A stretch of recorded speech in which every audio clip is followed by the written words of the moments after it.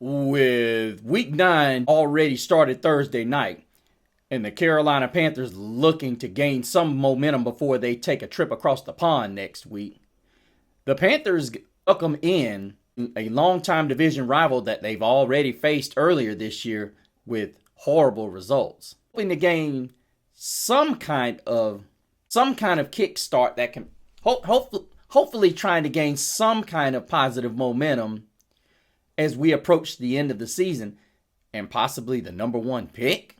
To find out what the ultimate plan is this weekend and who the opposing foe is, stay tuned to find out on Growlin' and Prowlin'.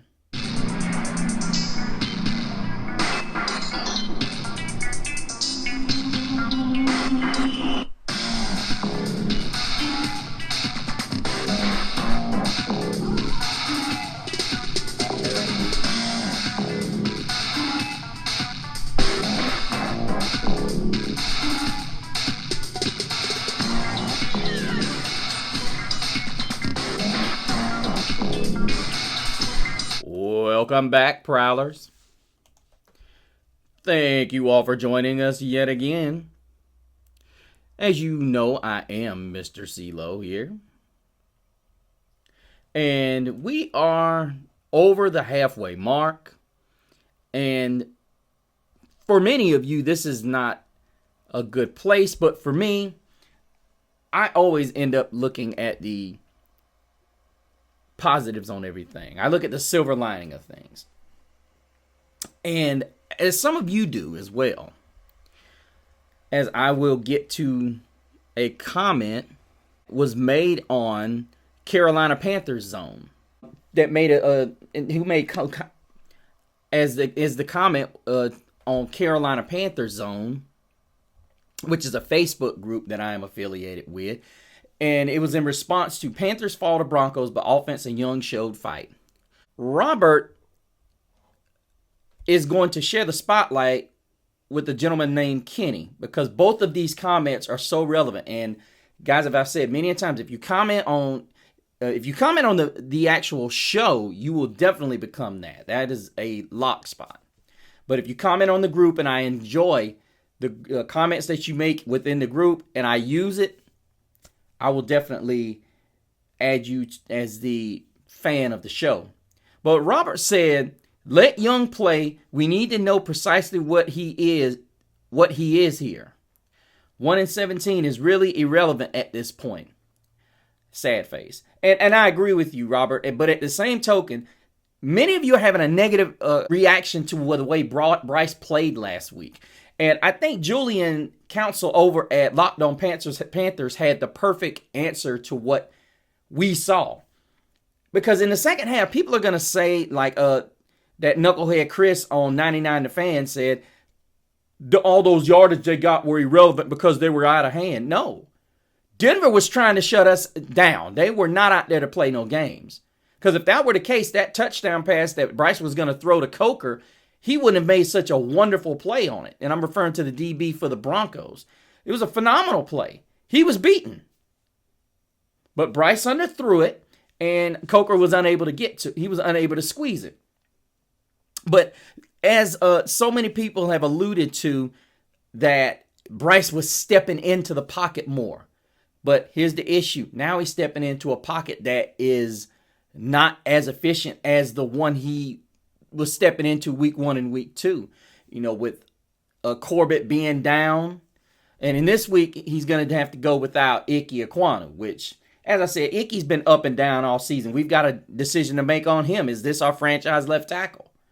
So I don't know about that. I think as good as Taylor Moton has been, we got to decide whether or not do we want to move Ike to the inside and draft another left tackle? But ultimately, this has got to be a situation where this offensive line's got to be flawless. And I think a lot of people are giving this offensive line too much credit. They've not been very stagnant lately. They've been okay, but not compared to what they've been the last couple of weeks. Now, like the last 3 weeks, they've not been very good. They have not. I mean, listen. Dalton threw for 93 yards, and I think he was sacked over I think it was 4 or 5 times. You can't sit there and say the offensive line has been this and been that when your guys are getting sacked. And they're not just coverage sacks either.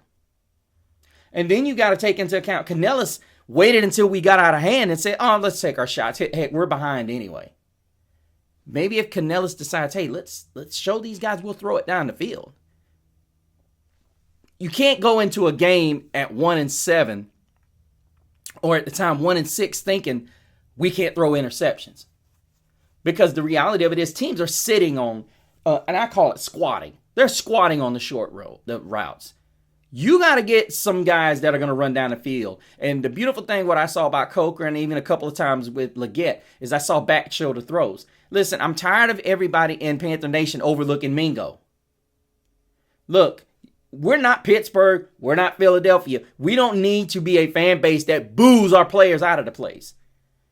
Look, we got rid of a semi-bad apple in Deontay Johnson, okay? A mouthy one. Our guys are not mouthy. If they're not mouthy, we shouldn't do them any kind of way. We need to treat them like family because they're a part of our football team, right? So they're family. But to answer your question, Robert, yes, we need to find out what Bryce is. And honestly, he may turn it up. I saw some good things, guys. I saw some good things. I think we're in for some exciting offense down the stretch. And everybody's going to talk about the defense. I get it. But when you're playing well on offense, everything starts to play well together. Don't be surprised if the Panthers run off some surprising wins in the next couple of weeks, guys. Have hope. Keep it up here. Kenny says, is that what we call it? I'm even scared of having the number 1 pick at this point because I don't even know who we should get. Kenny, I'm like you, my friend. I don't know who we should get either. You know, I really don't. I mean, if we decide quarterback, and this is the thing I want everybody to keep their eyes open on. As good as Travis Hunter may look, or as Quinn Ewers, all of these guys have flaws. If we do end up with the first pick, here's the most important thing we need to do. See how much we can get. Because there are going to be other teams that are going to want and drool over these other guys. I think there are other better players out there that we can get a multitude of and make ourselves contenders even quicker. We're going to have cap space. But wouldn't it be great if we could get the draft picks? Because you guys already know. I don't even want to discuss it. I was going to make a show about it, but I didn't want to. But the whole Deontay Johnson thing was a fiasco. I don't even want to get involved in what Dan Morgan was thinking. You moved up a couple of spots. Why? Because he was talking? You got several teams that have issues at wide receiver. You could have got a heck of a lot more in compensatory picks than you would have what Baltimore gave you. Compensatory picks? Really? You couldn't wait for compensatory picks. You just rather go and move a couple spots up. I don't know what Dan Morgan's doing. I really don't. And I'm trying to understand, but it is not making sense to me. I do not have a clue what you are doing, Dan Morgan. But let's get into the show and let us talk about one. New Orleans Saints. The Panthers will welcome in the New Orleans Saints in the second of 2 matchups in this divisional game. Well, I won't be honest with you. When I first saw how they put the smackdown on us in Sin City, I was of the man. This is not gonna be fun to deal with, But New Orleans is also dealing with a whole bunch of injuries, especially at that cornerback position. They've got 4 guys, scratch that, 5 guys on their starting depth chart that are out. That includes rookie Kool-Aid McKinstry, Marshawn Lattimore, Paulson Adebo, and even Rico Payton. And you guys remember Rajon Wright? He's on IR. So, really, these guys, listen, if Dave Canellis can't throw for 300 yards tomorrow, I'm going to put this on not on Bryce's shoulders. I'm going to put this on Canellis. Because right now you're looking at a football team in the Saints. Now, the Saints do get good pressure. They're going to live and die by that. This is where you've got Coker and Leggett. Now, they're rookies. I get it. But they should have a field day with a bunch of young guys out here who aren't even starters. They aren't even starters. I mean, you're talking about a ravaged secondary. None of the starters, and even the two backups, Rico Payton is questionable tomorrow. This has got the earmarkings for a major shoot down, a major coming out party for Bryce. If he can get protection. This is going to be where Dave Canellis is going to have to exercise a little bit of, creativity to get these guys open. Because if you run, let's say, with the way the Saints like to do it, they like to run a lot of 6 and 7 man fronts and confuse the O-line, which is not a strength of the Carolina Panthers right now. If you look up where the injuries are, see, this is where he's going to have to be creative. Ike Ekwonu was hurt. As we said, Austin Corbett is on IR. Christensen is also filling in at the center position. Now, we do have, we've got our both star guards in Lewis and Hunt. Moulton seemingly is back from where he needs to be. But we need Christensen to be strong. I imagine that's where they're going to try to attack this defense. Christensen's going to be kicked out, and they're going to start Cade Mays at the center position. This is probably where they're going to want to attack. They're going to want to attack right around this center position. So I would suggest leaving either Miles Sanders back there, which he's not a very good blocker either. Chuba Hubbard gives a lot of effort and does a lot better in everything than Miles Sanders. I would just go ahead and say let him be a 3-down back and just put Sanders in it when he gets tired. Just saying. But this game has a makings of... Now, see, the actual headline for this game on ESPN is the Saints look to end their 6-game losing streak and build some momentum going into Charlotte. Now, I'm not saying that was, there's not one written for Carolina, but for the Panthers. But the reality of it is they're talking more of the Saints having a heartbeat than we do. Now, I get it. Derek Carr's going to be back this week. I totally understand. And that's the big story in this game is that Derek Carr's returning and you got...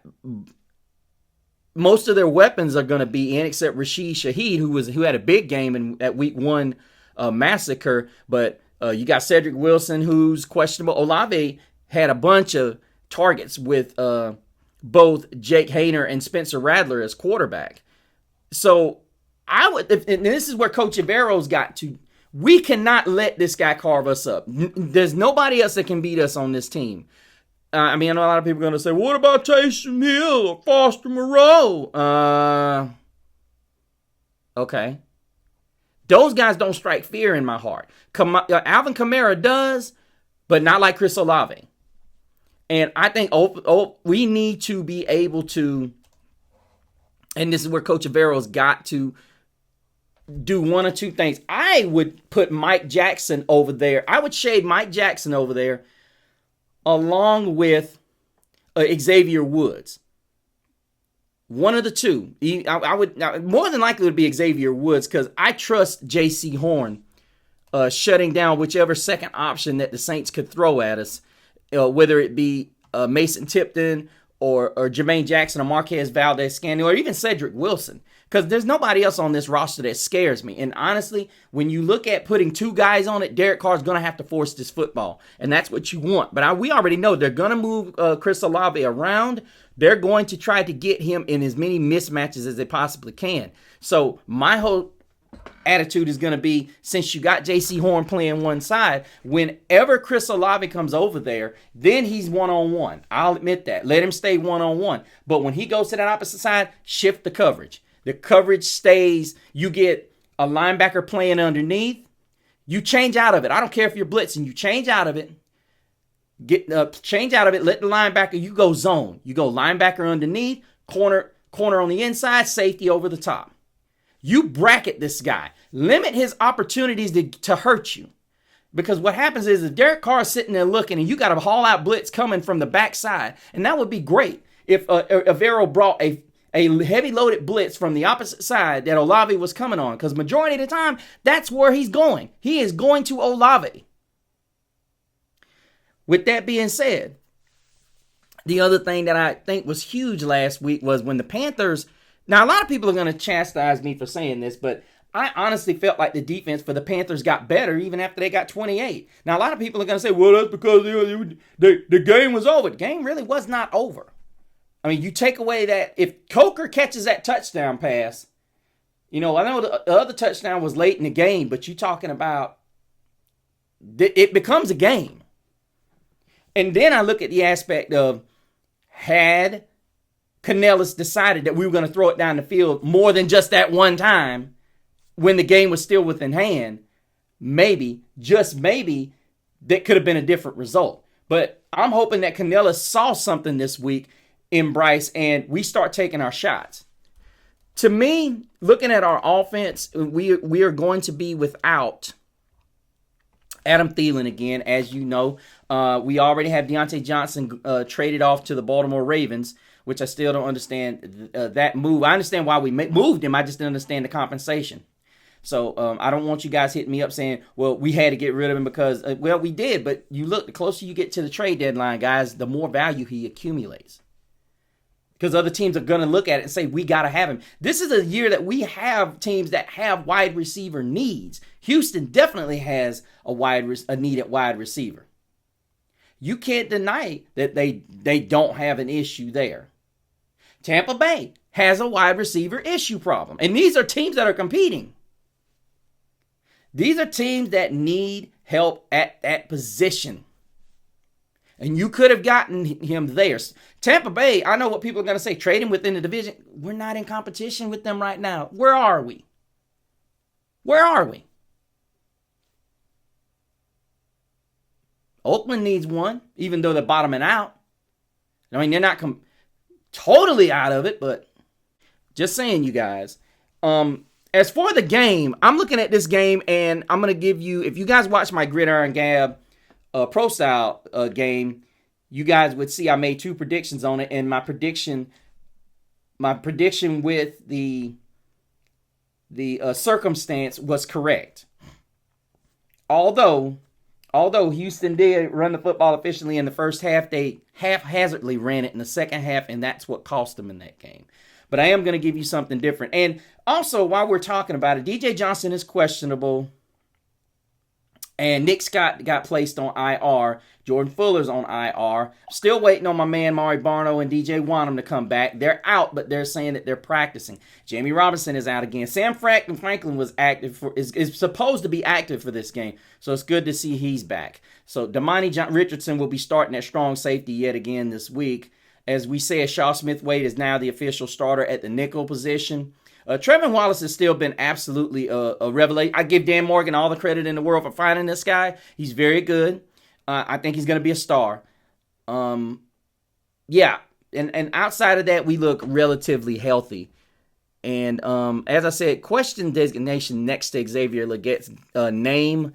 And if he doesn't go, I would be looking forward to seeing Jonathan Mingo. I'm sick and tired of hearing you guys rip this kid. Look, I know what I saw last year.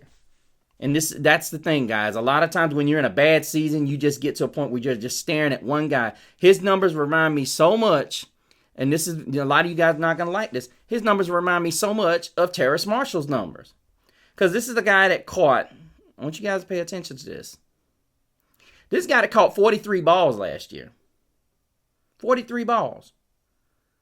So this ain't no scrub we're dealing with. And I don't understand why you guys are more inclined to like Xavier Legette because he's a homeboy. I get it. But the reality of it is you can't ignore what the facts say. And I say Mingo's a good player. He's 6'2", 220. He needs his opportunities. Needs his opportunities.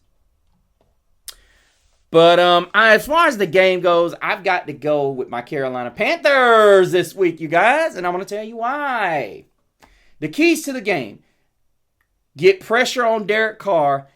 Bracket Olave. Make somebody else beat you. Because Olave can, and he has. He has beaten us specifically. If I'm Coach Avero, I'm saying, look, I'm game planning against this guy. Derek Carr's going to have to come out here and show me he can win by getting the ball to other guys. And if Alvin Kamara can beat us, fine, I can take that. Offensively, we got to take our shots. They have a decimated secondary. Trust Bryce. Bryce's deep ball looks pretty nice. Especially if Leggett doesn't play. Let Mingo show what he can do. Let him show it. He can ball too. And let's see some motion. Let's see some movement. Let's see some real trickery. I'm not talking about double passes and stuff. Let's see some misdirection. Let's see some handoffs to the ends, the handoffs to the tight end. We had a handoff to Tommy Tremble. He took it for his first NFL touchdown. Cornelis, where's the tight ends at? Keep forgetting about your tight ends. Tommy Tremble's a very athletic tight end. Let's start eating up those seams. Let's get some deep throws to them. Since you like having your wide receivers doing these outs and these inside slants, let's have our tight ends eat up the seam. But that's going to do it for me, Panther Nation. Guys, make sure you hit me up inside the comments. Let me know what I got wrong, what you didn't like. If you want to be a part of the show, you know what to do. Comment down here directly, and I will read your comment. Also, comment on these Facebook groups. Watch the show when I put the shows up. Make sure that you guys make a valid comment. Make sure you guys don't curse. I mean, I'm not saying, you got to be perfect, but let's not be vulgar. But also go to my Instagram at Mr. CeeLo. Check out the other things I'm involved in, as well as go to the Growling and Prowling Facebook page. Join the family and find out all the other things that we're going to be involved in and what we may be doing. But until the next time, keep prowling the airwaves and keep growling out. Keep pounding.